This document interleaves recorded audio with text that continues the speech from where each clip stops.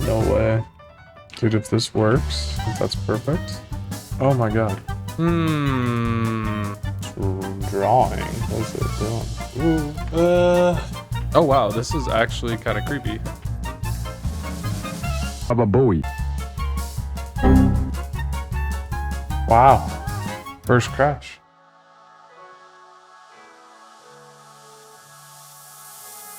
All right, I'm back. So devlog number 2. It's been a second, but I moved, so I'm not in Texas anymore. That was a longer process than I thought it was. Not the move itself, but had to get a lot of things set up here afterwards as well. So that's where I've been. This is my first time moving like out of state, right? So it was kind of a lot more to unpack and just figure out than anything else. And then I had the new job duties once I got here, right? So it took a while. Sorry about the delay. Everything went smooth. I like where I'm at. I'm very excited for this new period in my life, and it comes with big news. So I'm officially debt-free as of September 3rd. That's huge. So that's a big relief, and that's kind of some of the reason why things were delayed as well. I had some things to kind of finalize before I could just jump back into kind of like the side hobby stuff. So we can kind of just jump into it, what I've been working on. Let's just go through the process on how it's gone. We talked about the why in last episode, and this one's going to be about the what. So usually in my creative process, when I'm trying to come up with something, it usually starts with like me jotting down in my notes in the moment, right? Usually it's from an experience or memories. The what of this, what I'm building, what I want to make, is when I worked back in IT in college, and it was honestly like a really fun job. I liked the people I worked with, I liked the hours I worked, and I had a lot of learning experiences that I look back on and I just have like a lot of fond memories, right? So there were 2 types of shifts at this IT job. Like you'd have either during the day where you'd answer calls and just help out for emergency situations with the professors, just the classroom technology and troubleshooting and just putting out fires basically.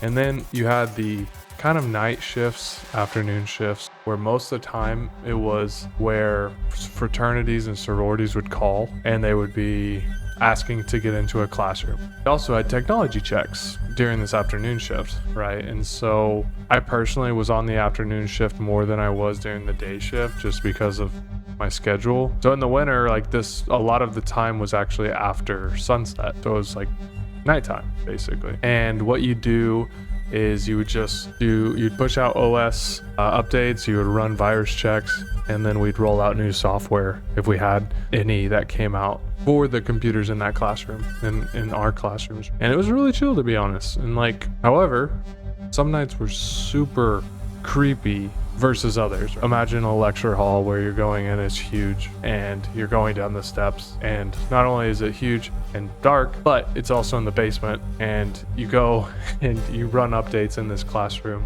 and you don't turn the lights on because like there's no point to. With that being said, I had a couple instances with like creepy things where I heard something down the hall, or the door felt like it sounded like it was rattling where someone was trying to get in. Luckily, all our classrooms had like a little key card system, right? So that feeling is what I kind of wanted to like create. So it's kind of, I guess my goal is like a life sim. So horror-esque life sim is what I'd classify it. Yeah, that's kind of my goal with this. Let's jump into what that process looked like and what did I do. I first started off with the demo scene that I made previously, and like I expanded on the map first because that's what I felt comfortable with. I've done a little bit of Blender here and there. I've done the donut, some stuff. It wasn't crazy, but that's what I felt the most comfortable with at this stage. And so right away I noticed when I would use the proto controller from Brackeys based on my scene, it was like my scene was itty bitty, right? I had to learn some things in terms of scaling, and I had to factor that in moving forward, because imagine building an entire map and it's like too small or it's too big, right? I started using the CSG boxes to like just block out buildings. I used my old college as like a base in order to kind of recreate, have a similar structure in terms of classrooms and the different types of lecture halls and stuff like that. I just roughed out blocks of the shapes of the buildings, right? and then I would duplicate those CSG boxes, scale them down, and then turn the mode from union to subtraction. And then so at that point they're just hollow boxes. And then I did the same method to like the doors, like the door frames. I just got another CSG cube and I just put it in there, and then I said subtraction as well, which makes a door. When I was doing that, the scaling felt like everything was huge at that point. So I was like, okay. So I brought in a PNG of a map so that way I could scale it based on my guy's scale. So what I ended up doing is just getting that PNG, flattening it on the surface, and then I just scaled it and then stood in one of the seats that I can scale it to the right size for the proto controller. After this conundrum, I ended up moving on to one of the buildings, which was an octagon shape. That wasn't in the list of the CSG shapes that I had available to me. So I was trying a polygon at first, and I tried I tried that, but that didn't work. I definitely knew there was going to be an easier way than that, and so I did some digging, and then I found out that the cylinder, you just lower the number of sides. That's it. I think it's at a higher number when you first make it, and then you just drop it down and it's like perfect. So learn that, so that's cool. Before I got too much into the weeds during this, I started to utilize Notion and kind of create a to-do list, and I'd just be able to drag and drop items from like in progress to done or finished based on what step I was on, so that way I wouldn't forget, because I jump to I get distracted very easily, obviously. So that definitely helped me out during this process. So with the PNG laid out, I wanted to start setting up the rooms, but with the boxes I laid out earlier, the hollow boxes, I realized that it was too claustrophobic for me to I wanted to have a top-down view. And so I ended up just like hiding those layers for now, and then just creating a floor from a different shape solid. And then I just made all the walls from that point on. It was actually a really satisfying process for me until my PC crashed. Wow. Yeah. First crash. I had not saved. I hadn't saved up to right before the walls. And so, yeah, I lost all that wall progress. So I did it again after taking like a 2-hour break and decompressing. The second time I did it about like 30% faster. So that's progress. Am I right? I mean, a little bit.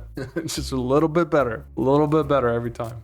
So I then did the subtraction method to all the walls to make the doorways, and then I factored in the player's height. So I brought him onto the floor, the proto controller, and then made sure the doorways were the correct size. And then I started working on the mechanics of like a swinging door, because one of the main things in this game is going to be like a key card system. So we're going to have access to certain rooms first, and then those are going to be those room checks or those emergency situations. So you got to like unlock it every time, which I'm still kind of working out how I want to kind of work that system. And when figuring that out, I definitely ran into a few bugs here and there. It's so interesting. Squishing myself. The goal is to have progression where you unlock more rooms and then eventually more buildings, right?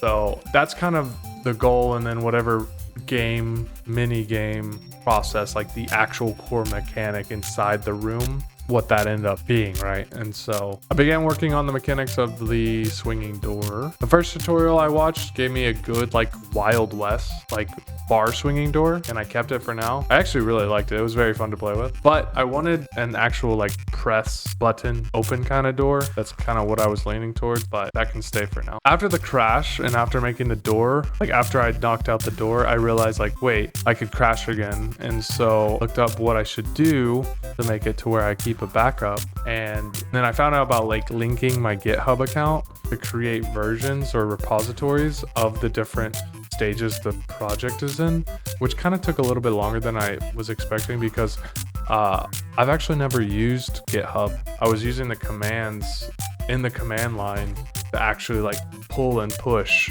the data. Now I can access every version of my build on this project, which is really cool. It was a very foreign process to me, but I've written down all the code so I can just like copy and paste it every time I do a new order. And what I've done is like the versions, I've kind of copied like Minecraft's way of naming.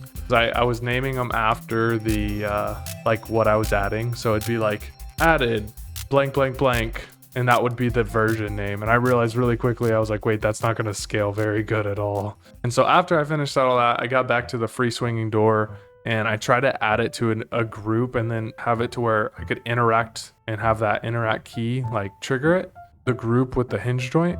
And I tried for a little bit and I ran into too many errors and I got overwhelmed. And so I just like scrapped that door altogether and made a new door and door script. This door utilized like a different system altogether. So it was like a raycast from like the eyes of the player controller. And then you can interact with the doors rather than relying on the groups to interact with the doors, right? And surprisingly, it worked first try. So that was dope.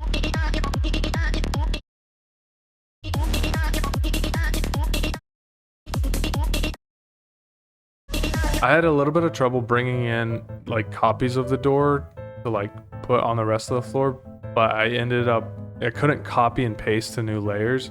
I ended up having to duplicate and then move them to the new layers because it was all about that transform input on the X, Y, and Z. That was the reason. So every time I copy and pasted, it was like horizontal and like stretched. And so I was like, oh. So that's how I got around that. And then I just moved those doors to their respective doorway frames, right? At this point, my organization on my Godot file is abysmal, so don't worry, I fix that later. So then I added a ceiling by duplicating the floor and then just moving it up on the y-axis and seeing if the scaling feels right. Like at this point, I was pretty excited because it started to come together and it was very familiar. And so I sent it to my brother who also worked IT with me. Just wanted to share my progress with him because everyone apparently says to do that. Like you should always share your progress when doing game dev. And it was very cool. I haven't done that before, and so it was cool to see him get excited about it too, because he like instantly recognized it. After I sent it to him, I realized that it felt weird that I couldn't hear any sound while I was like walking around the space. So I began working on some SFX, specifically walking and jumping. And oh boy, this took a while because who would have thought like you have to factor in physics processes and it's not just a plug and play type thing with sound effects. I thought it was just going to be overlay, plug into walking. No, it's not even a little bit.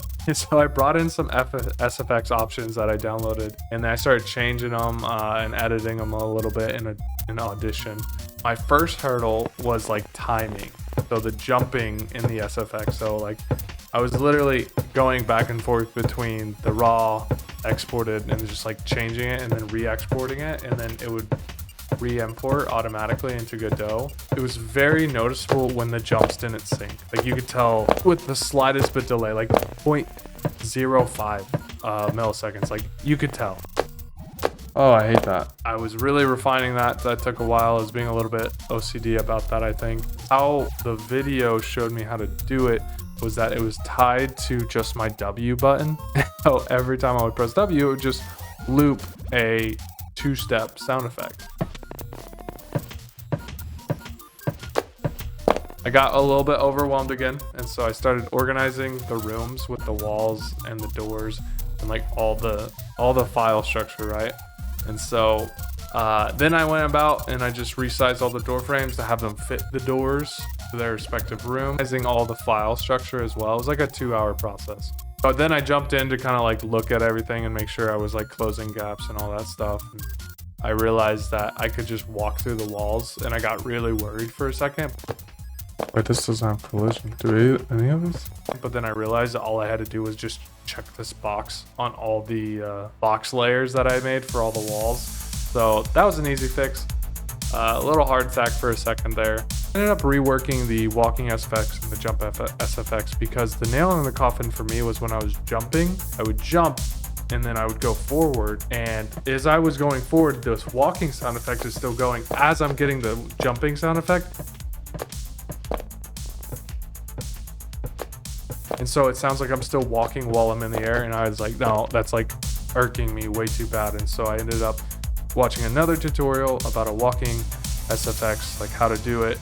And this one came with like a head bob. And so I broke it a couple times and then I implemented this head bobbing one. Whoa. I actually really liked how it turned out with the head bob. Works with sprint. So like when you run faster, it goes faster. When you walk, it goes with the steps. I actually went back and played some other games. I didn't realize that a lot of games don't actually bounce the camera. They bounce your arms, which was such an interesting find for me. I thought it was always the head. Okay. actually got me a little bit. Holy. Okay, that was a little bit more scary than that one than the other one. Oh, no! Like, even Minecraft, there might be a slight one, but I think it's just the hand for most games. So I'll keep the head bobbing for now until it might not be forever though. So once this was honed in and once the jumping was honed in, it started to feel really nice. I want to hold something now. I want a flashlight. All right, that's the next step. We're making a flashlight, and it doesn't make sense to make a flashlight unless you have night. And so what I ended up working on next was the day-night cycle, and that was so much easier than I thought it was going to be. I just watched this tutorial right here, and it worked out perfectly.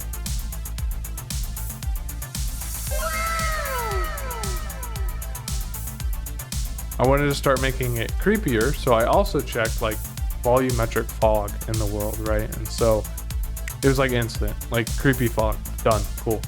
I wanted to show up at night only, so I had to add those keyframe animations to the animation layer within the scene for the day-night cycle and stuff. So keyframed all that for like a 12-second window, and it looked pretty good at this point. I was actually all right. I was very happy with the results at this point. There are some filters I was playing with, but I couldn't get anything to look right with those. So I kept it kind of just default right now. Maybe later I'll adjust the mood, but now that I had the day-night cycle, it was like on a 12-second window, which now I can just multiply that 12 seconds by whatever amount I want to make the day a 12-minute day or a 30-minute day, whatever I want to do, right?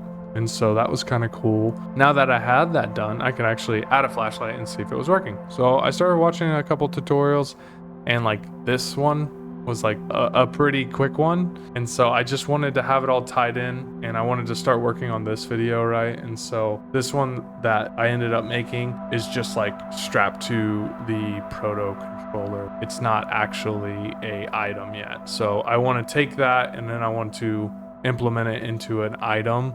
So I got a little bit overwhelmed with this flashlight and I could not get it to work. I'm gonna have to figure this out. And I think that involves making an inventory system. So I don't think it's as simple as create flashlight. I think it's like create inventory, create. Yeah, I think it's gonna be a little bit more involved. So we'll play with that. I ended up jumping into working on the SFX of the door instead. And so I created this sound effect by merging two. So I get the open sound, like a little bit softer, right? When you open it and then it like clicks, like it's like it has two. And then when it closes, it has a different SFX too. So when I finally got the SFX finished, I actually jumped back into the closing animation. I added a little wiggle. So it doesn't just close and it's just like linear. It goes bing and it like bounces, and I love it. It turned out so good. It's so slight.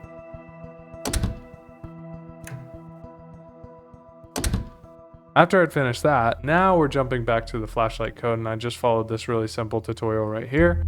In this video, I will show how to make a simple flashlight in 1 minute using Godot Engine 4. And just basically made it to where it was strapped to my forehead, like I mentioned earlier. It's just like in the center of my... I have made a white light in the center of my screen. With the flashlight, it actually made it harder to see down like dark hallways with the volumetric fog, because the volumetric fog basically blooms bright areas. And since I had done it that way, it made it harder to see with the flashlight. So I'm gonna have to mess with that and like figure out the way around that, because I'm not sure at this point. Yeah, the volumetric fog sucks. Look at that. I would rather have it all. And yeah, and so that concludes devlog number 1. I ended up getting to 0.0.4 on this version. It's probably going to be 0.0.41 because I haven't added the flashlight. The flashlight was like the last thing before recording this.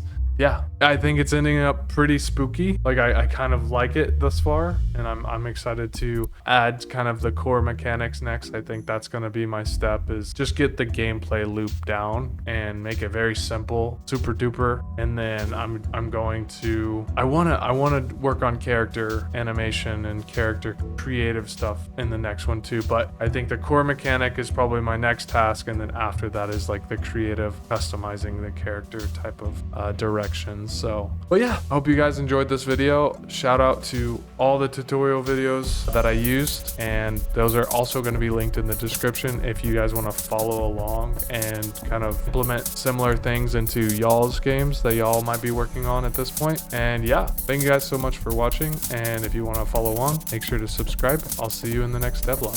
Thank you so much. Bye.